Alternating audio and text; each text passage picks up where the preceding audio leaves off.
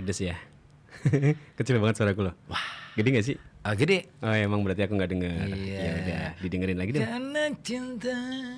Gimana sih? Apanya? Oh yang barusan kita dengar. Lagu enak banget ini, nih. lagu Leto. Aku baru apa ya istilahnya kalau bahasa kita itu ngematke. Iya, iya. Apa ya? Menikmati. Ya, menikmati lagu. Innalillahi wa inna ilaihi Manik. Bukan menik. Kamu bilangnya nanti Menikmati. menik. Menik. Pakai ini kol-kolah, ya. Menikmati. Iya, lagu baru tuh. Lagu kapan ya? Baru. Baru sore. Baru tadi kan kita dengerin ya. Iya, kan? Betul. Ya baru kemarin. Udah Selasa.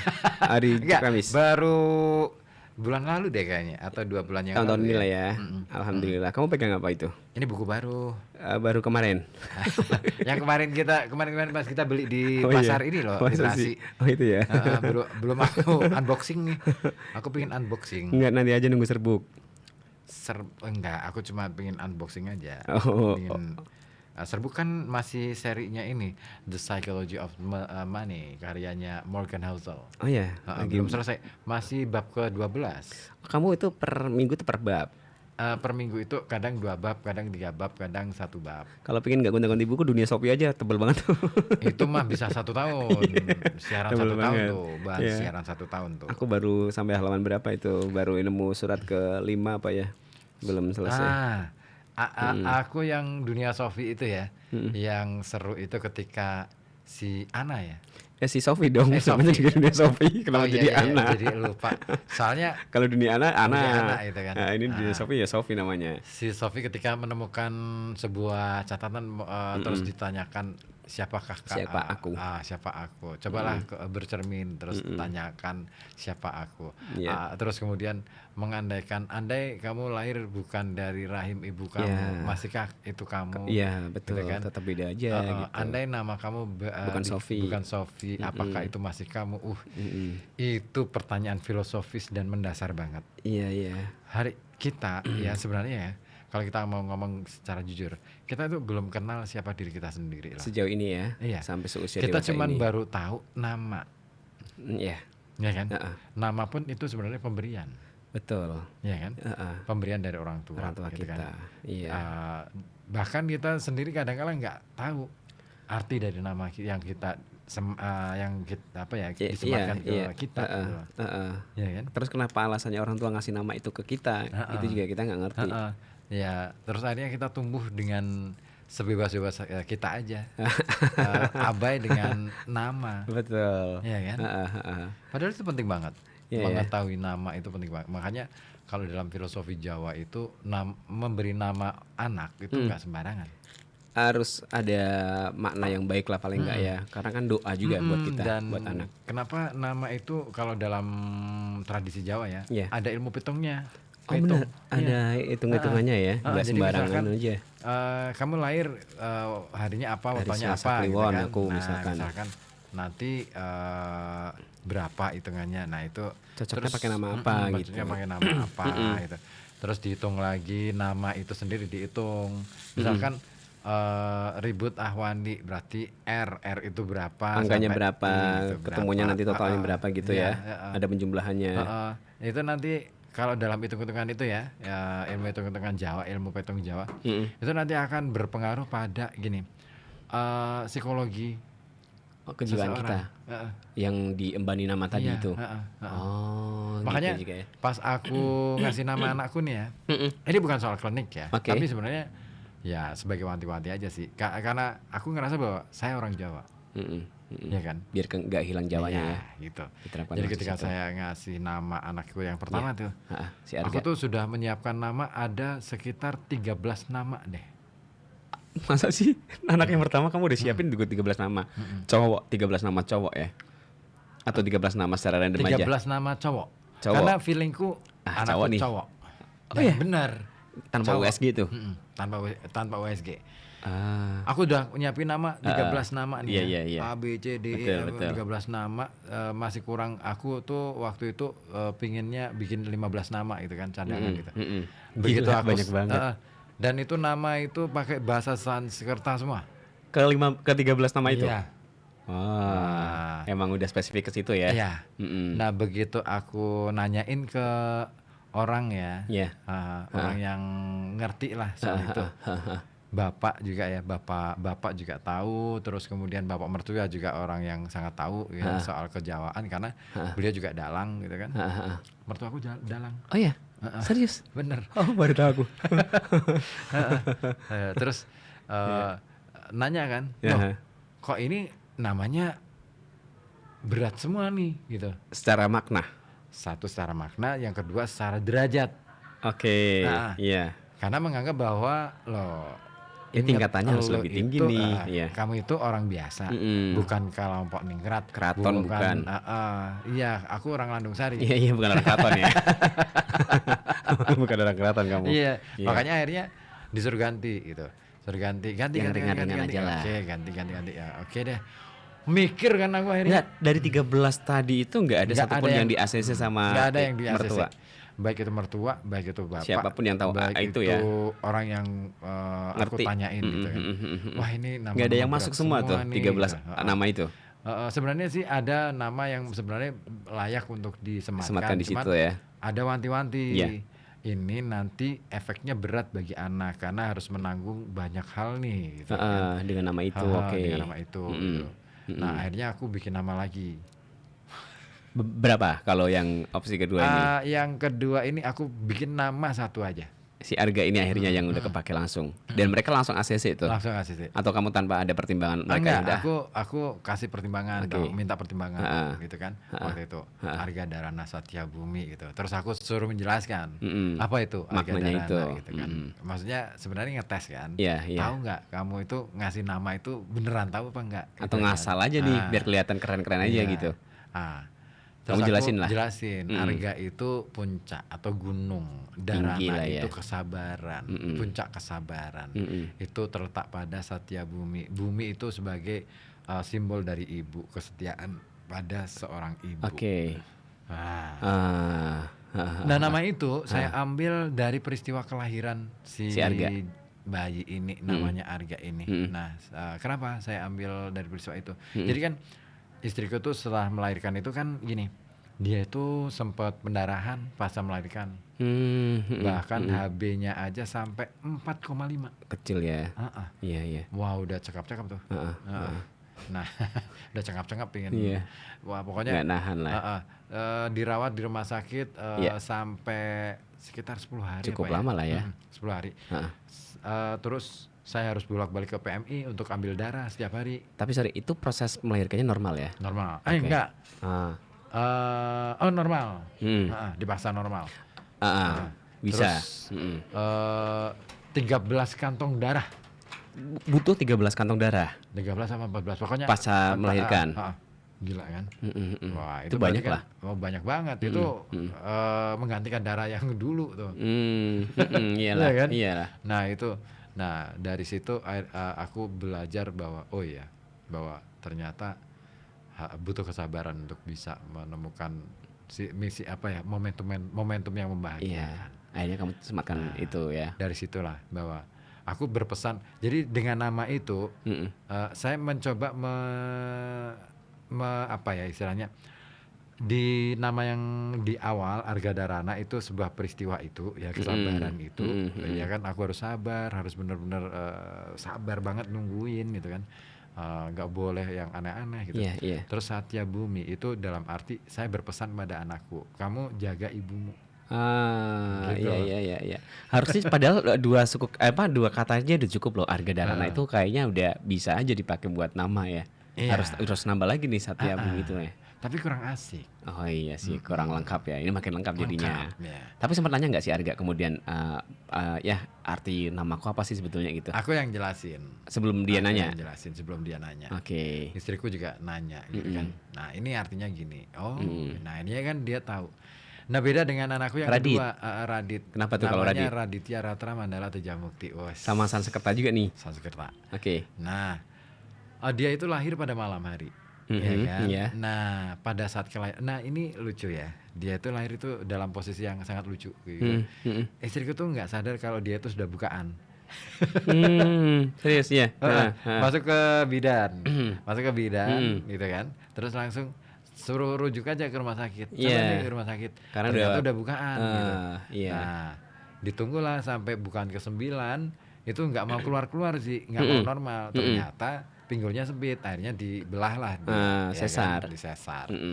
Nah, lahirlah malam-malam. Nah, dari yang tadinya aku itu ngelentruk, ngantuk, pokoknya udah capek gitu kan. Betul. Begitu kelahiran dia itu, wah cerah, jadi semangat ceria, lagi gitu. Nah makanya aku menamakan Raditya Ratra. Raditya itu matahari, Ratra itu sebenarnya bahasa yang aslinya ratri. Ratri itu cenderung feminin ya. Nah, lebih ke perempuan untuk bisa menjadi maskulin, ya kan? Maka Ratra itu. Nah, artinya adalah malam. Nah, malam itu cenderung maskulin sebenarnya kalau dalam bahasa ya. Bahasa itu, bahasa Jawa itu atau Sanskerta itu ada yang namanya maskulin, ada maskulinitas dan feminitas gitu. Nah, jadi dari situ akhirnya aku ambil Raditya Ratra, matahari di malam hari. Matahari di malam hari. Matahari di malam. Ada kecerahan di waktu gitu. malam hari. Gitu kan? Iya. Nah, terus mandala apa sih kalau dalam filosofi Hindu gitu ya. Jawa kuno, mandala itu lingkaran hidup. Oke. Lingkaran hidup. Nah, lingkaran hidup, kemudian Tejamukti, cahaya kemuliaan. Gila, ini lebih banyak lagi nih, berarti ada 5 kata yang disematkan untuk nama ini. Nah, aku kasih nama itu kebetulan waktu itu aku lagi membaca kitab tafsirnya Al-Ghazali. Kitab tafsirnya Al-Ghazali tentang surat An-Nur. Oke. Miskat Al-Anwari kalau tidak salah. Nama kitabnya. Nah, saya mendapatkan banyak hal di situ. Nah, salah satunya konsep tentang Nur ala Nur. Cahaya di atas cahaya. Tapi kalau yang prosesi yang kedua ini sama nggak kayak misalkan di yang pertama kamu minta pertimbangan ke siapa gitu? Ini langsung kamu sematkan aja sendiri. Tanpa menunggu ini minta pertimbangan dari yang mana gitu, enggak? Iya, enggak. Langsung ya. Raditya Ratra Mandala Tejamukti. Itu sebenarnya aku pengen menerjemahkan Nur ala Nur. Dengan bahasa yang lain. Iya sih. Tapi kan ini ya, kalau misalkan terus kemudian dia di kelas mereka lah ya, antara Radit dan Arga di kelas, itu bakal beda sendiri kan dengan nama-nama yang di era zaman sedia. Maksudnya sih teman-temannya Arga yang satu angkatan itu mungkin Arga akan beda sendiri kan namanya? Iya, makanya kan dia lebih mudah diingat. Oh, gara-gara beda namanya ya. Iya sih, jenius nih marketingnya. Terus kemudian si Radit juga sama kan, beda sendiri tuh Radit. Iya. Dan panjang kan namanya. Nah, kalau Raditya Ratra Mandala Tejamukti itu gini, aku tuh sengaja seperti itu supaya buat bisa apa? disingkat RM Tejamukti misalnya. Oh, Raden Mas Tejamukti, RM. Atau Raditya Ratra MT. Oh, sama, keren juga ya. Keren juga. Magister teknik. Gitu. Wah, keren, bisa. Betul. Kayak istriku namanya, belakangnya SH. Sejati Handayani ternyata. Gila, singkatannya keren-keren juga ya. Ampun, bisa kepikiran ya. Jadi dia udah bertitel tanpa harus melalui pendidikan yang formal ya. Bagus banget namanya. Masya Allah. Tapi kalau namamu sendiri, Kang, kamu Ribut Awandi. Enggak Ribut Awandi itu kamu nyadar terus kemudian kamu penasaran pengen tanya artinya tuh dari kapan? Atau dari orang tua udah nyeritain sendiri sebelum kamu nanya? Aku tuh nanya sih. Itu di usia berapa? Usia SD. SD aku udah mulai nanya apa sih maksudnya ribut gitu. Tapi ibuku cuma cerita tentang peristiwa kelahiran. Oke. Bukan masalah makna. Baru aku ketemu maknanya itu ketika kamu cari sendiri? Aku baru menemukan itu justru aku pas kuliah. Jadi waktu itu kan aku sempat belajar menulis sama Ahmad Tohari, seorang novelis dari ini Banyumas. Dari gitu kan. Nah, di situ beliau yang menerangkan bahwa nama kamu itu maksudnya apa. Ya yang saya tahu nih Pak gitu, itu cerita dari ibu begini gitu. Oh enggak begitu konsepnya gitu. Apa dong Pak? Dijelasin tuh sama Pak Ahmad Tohari. Ribut itu dalam bahasa Jawa itu sibuk. Oh, selalu ada aktivitas. Maka harapan dari orang tua kamu sebenarnya dengan memberikan nama kamu seperti itu kamu akan menjadi orang yang punya banyak pekerjaan. Dan emang udah terbukti akhirnya ya. Gitu. Alhamdulillah sesuai ya. Tapi kalau misalkan ribut dipakai buat nama toko plafon bisa nggak tuh kata si Adi tuh? Boleh. Toko ribut. Toko ribut ya. Toko plafon ribut. Jadi semuanya pada jatuhan tuh plafonnya nih. Atau bakso ribut. Bakso ribut tuh. Nggak boleh diem kalau ini makan di situ. Mie ayam ribut sama penjualnya. Itu sih. Boleh ya. Nggak apa-apa Mas Adi. Boleh Mas Adi. Mas Adi mau bikin itu ya. Iya. Aku sih orangnya santai ya. Santai aja aku. Orang ini kemarin ada cerita nih sih. Tentang apa tuh? Anakku tuh kan pas sunat itu kan aku bikinin MMT kan. Si Radit. Yang Radit itu. Aku bikinin MMT kan untuk background gitu. Iya. Nah, ternyata ada MMT yang sama, ya kan? Digunakan untuk penutup mie ayam. Masa pakai itu? Warung mie ayam. Masa pakai itu? Iya. Kaget lah si Radit. Terus nanya. Kok ada nih gitu. Ya, ayah tuh MMT-nya nyetak berapa? Gitu. Kok ada nih? Ya nyetak 1. Loh kok di situ ada gitu. Ya paling itu BS-an kali gitu. Betul, yang mungkin cetakan awal yang gak jadi. Oh, nah. Terus ada gambar Raditnya? Ada, Radit sunat gitu.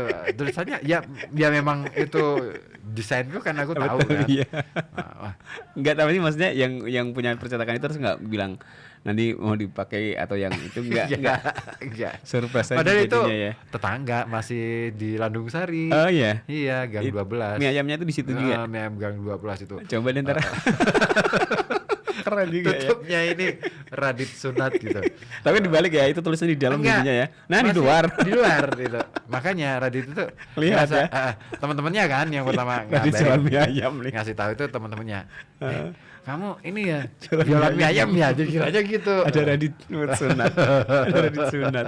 Ada fotonya dia. Kan keren ya. Protes gak dia? Enggak aman ya. Tapi dia malah GR ya. Dia ngerasa pede aja. Berarti kalau gitu bagus gitu. Dan dia ngerasa bahwa wah kalau gitu desainnya ayah bagus nih. Bagus gitu. Dipakai sama si dia. Dan dia mikirnya mungkin kalau misalkan aku main jajan ke situ kayaknya gratis deh. Kan itu ada aku kan foto modelnya. Iya. Gila. Ada Mas Subhan di Wiradesa. Mas Subhan di Wiradesa. Selamat sore Mas Wasi dan Mas Ribut. Selamat sore Mas Subhan. Alhamdulillah sehat ya.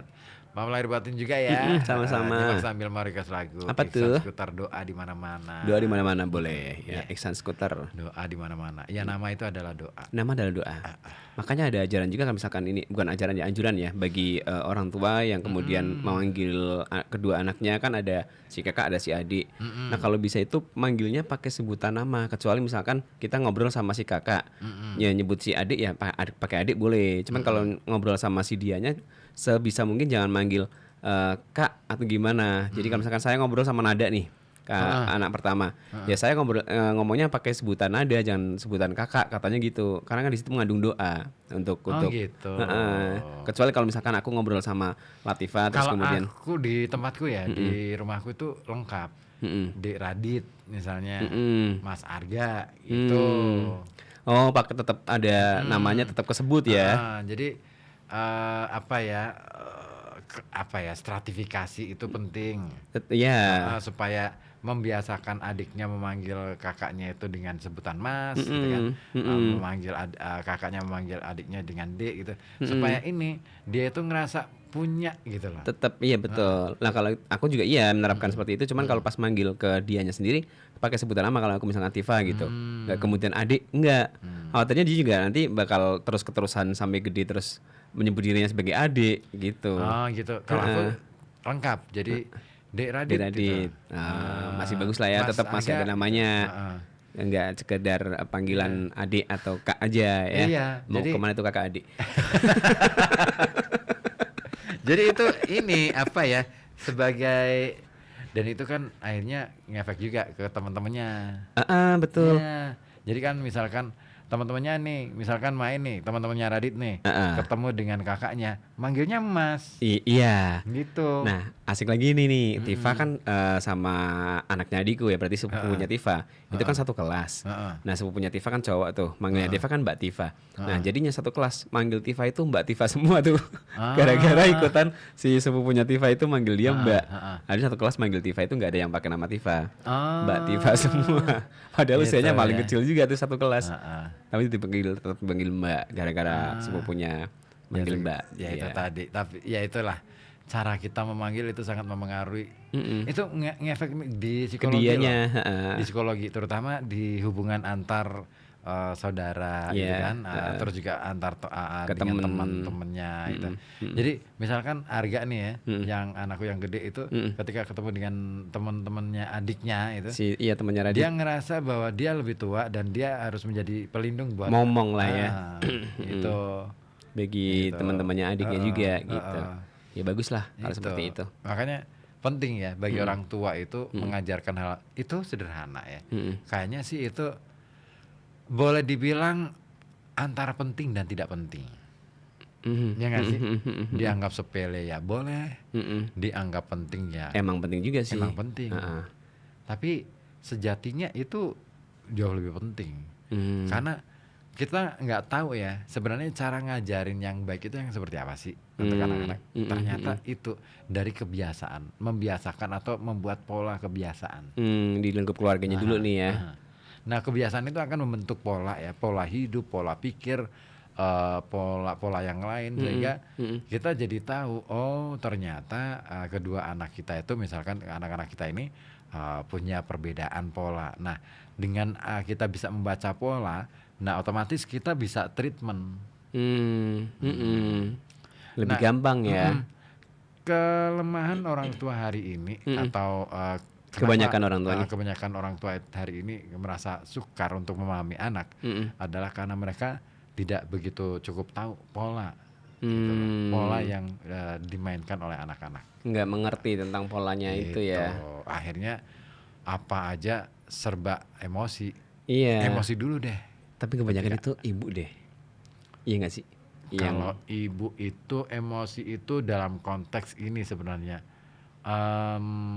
Saya melihat ya istriku tuh lumayan ya galaknya lumayan ke anak-anak ya. Tapi saya tahu bahwa itu adalah bermain peran. Oh ada ini ya kayak apa namanya good cop, bad cop gitu. Dia tidak sungguh-sungguh untuk melakukan itu gitu. Oke. Kecuali nah ini kalau dia sudah emosional banget berarti ada masalah dengan dirinya.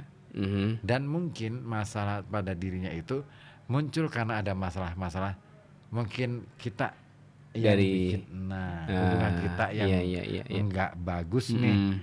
Nah itu yang akhirnya menimbulkan banyak reaksi yang kan dia bingung nih mau ngeluapinnya kemana nih. Nah akhirnya begitu ada kesempatan luapin aja deh. Das sampai kencang. Tapi emosinya beda loh ya. Kalau lagi dia beneran marah dengan marah yang sebenarnya untuk sesuatu, hanya peran itu beda. Nadanya juga beda, terus jengkelnya juga kelihatan banget. Auranya juga beda. Iyalah ya. Kita tingkatannya beda. Terutama bagi para suami ya. Perlu tuh mengetahui semacam itu. Jadi kita jadi akhirnya harus introspeksi. Jangan-jangan ini masalahnya gara-gara saya nih. Nah, iya sih. Gitu. Jangan terus kemudian kita sebagai suami terpancing emosi dan ikut-ikutan emosi ya. Jadi marah juga ya. Jangan. Nah kalau misalkan ini kalau istriku lagi nggak marah-marah sama anaknya, aku yang bagian nenangin gitu. Nah itu bermain pola peran ya. Kamu jadi ini good cop-nya hero gitu kan, good cop-nya buat anak-anak gitu. Nah nanti dia akan cerita permasalahannya apa. Nah kita bisa pancing. Oh masalahnya ini. Nah setelah kita tahu nih gali informasi dari anak gitu, kita bisa ngobrolin sama istri. Oh tadi itu masalahnya gini. Nah kita jadi akhirnya punya waktu nih untuk gimana ya caranya menyelesaikan masalah dia gitu kan. Nah itu makanya butuh kerjasama. Kita kan tim ya, satu keluarga itu ya. Suami, istri, Betul. ke anak-anak juga. Anak-anak juga. Nah, anak-anak itu lucu lagi sih. Kalau orang tuanya lagi punya masalah, mereka tahu loh sih. Ngerti ya. Ngerti Tapi reaksi loh. mereka gimana kalau misalkan kalian berdua nih, Aku ya? nama istri gitu. Terus anak-anak reaksinya gimana? Mereka tahu kan ada masalah. Terus mereka biasanya membiarkan kami berdua itu berduaan. Menyelesaikan ini sendiri lah ya. Iya, mereka tahu sih. Keren sih itu ya. Ya karena dewasa semua, udah gede-gede lah ya. Ya pokoknya atau mungkin mereka ngajak kemana gitu kan. Ya, yuk kita makan-makan. Jalan-jalan yuk ya. Jalan-jalan yuk ya gitu. Makan di mana kayak gitu. Iya. Dia tahu sebenarnya, oh ini mama lagi ngambek nih gitu. Iya. Itu terus didamainya di situ. Ya, Mereka punya solusi sendiri ya. punya solusi sendiri yang bisa jadi kita nggak menduga-duga, kepikiran. ya. Nggak kepikiran bahwa oh ini solusi gitu kan. Jadi begitu kita makan bareng di luar gitu kan, ya biasa kan, kita akhirnya harus pura-pura juga kan. Iya, Awal mula nggak mau kan, ya kan, pura-pura bahagia, pura-pura baik, nggak ada masalah aja nih sama istri akur, gitu. Tapi lambat laun akur juga. Beneran, kan? iya. Nah, itu dia. Biasanya berakhir di mana tuh? Betul. Kalau aku nggak sampai harus ke situ sih, nggak harus kalau itu ya. Itu enggak. Kasih garis bawah ya, nggak harus. Tapi boleh aja ya. Boleh. Tapi Ke mall misalnya. itu kalau aku biasanya makan gitu ya. Pokoknya Makan di luar. makan di luar dan dengan menu yang berbeda. Maksudnya gimana? Dengan menu yang Maksudnya berbeda. yang menu Antara spesial. kamu sama istri. Oh, maksudnya dari umumnya, berbeda dari umumnya. Pokoknya kita biasanya makan apa.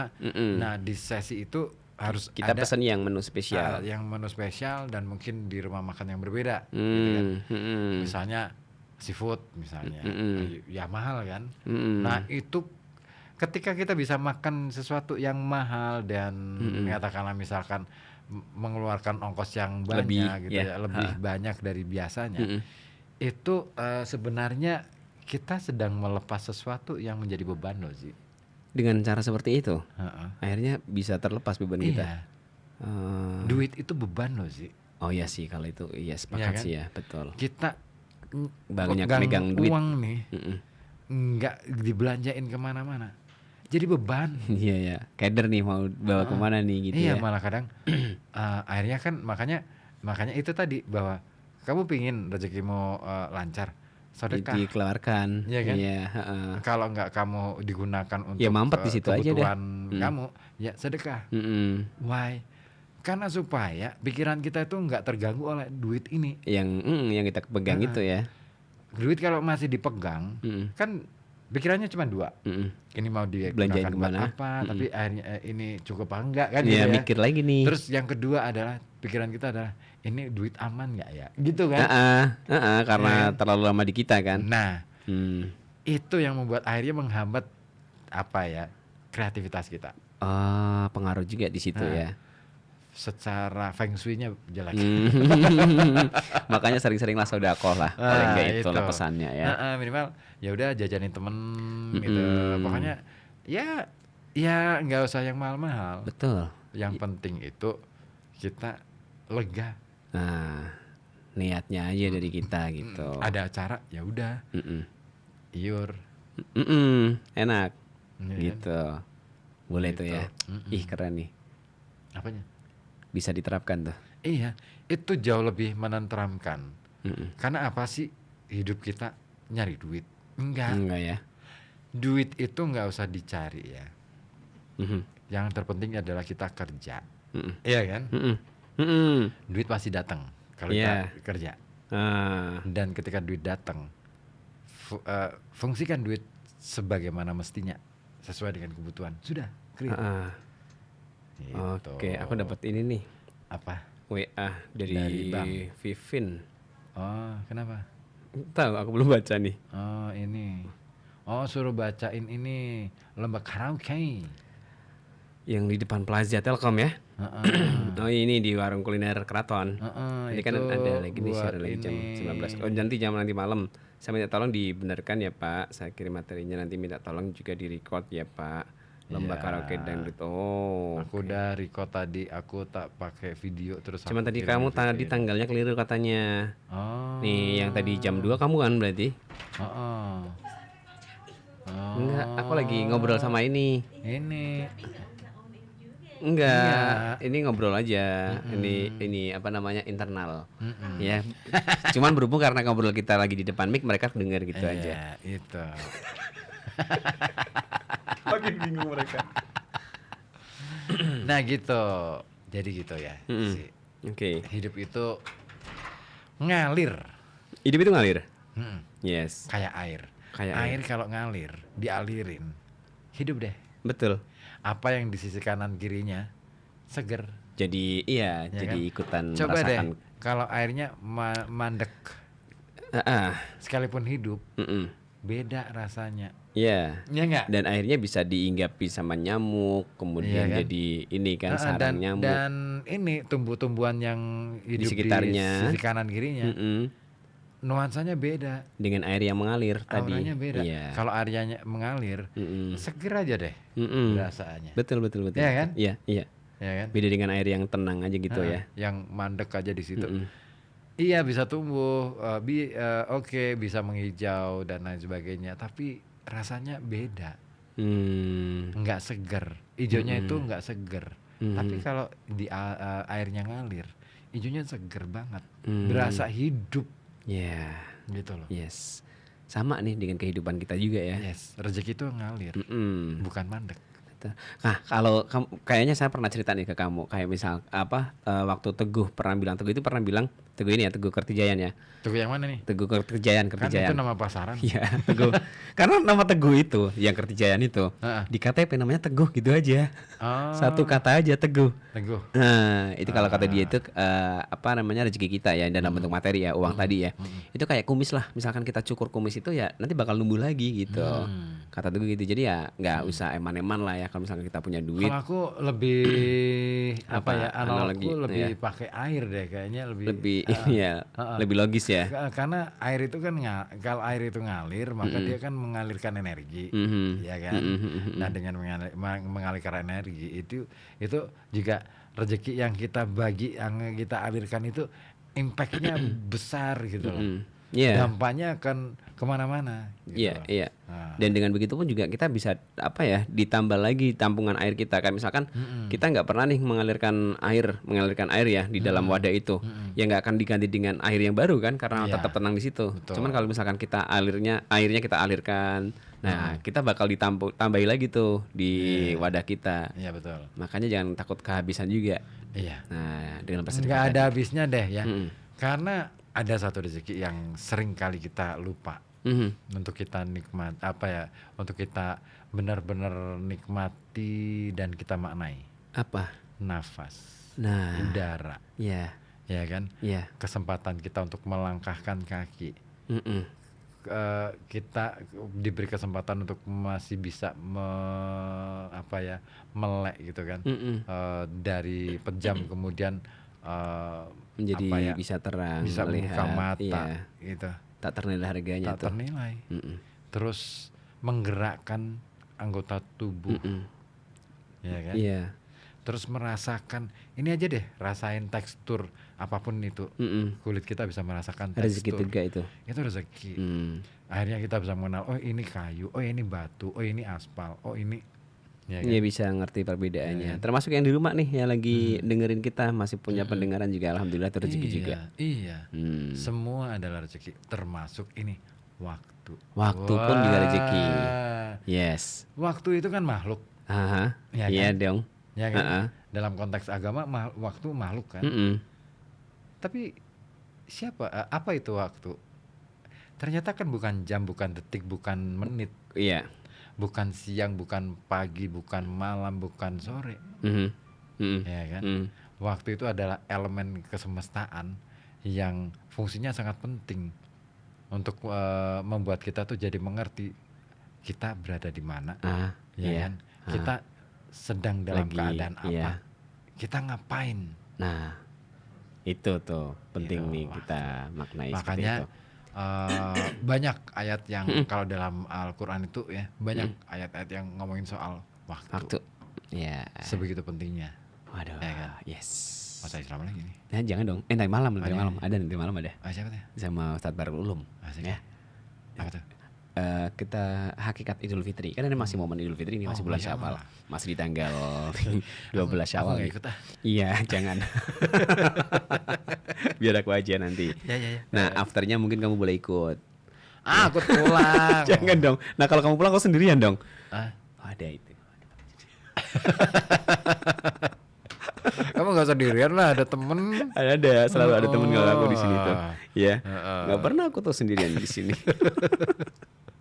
Aduh. Ya kita rehat dulu sejenak ya. Sambil nanti kita akan siap-siap untuk RKB malam. RKB malam. Sore dulu dong. Aku belum nyiapin soalnya. Iya, kamu nyiapin tamu? Enggak. Kan tetap aku yang produksi kan. Gitu ya. Iya. Iya ya. Harusnya kan. Gak apa-apa. Kita doa dulu lah ya. Iya deh. Karena kan doa di mana-mana nih. Iya, setiap tarikan nafas kita, setiap langkah yang kita ambil, setiap apapun gerak yang ada di alam semesta adalah wujud doa. Dan doa sebenarnya adalah bagaimana kita berpegang pada harapan. Karena satu-satunya yang bisa membuat kita itu bertahan hidup dan memberikan makna pada kehidupan adalah harapan.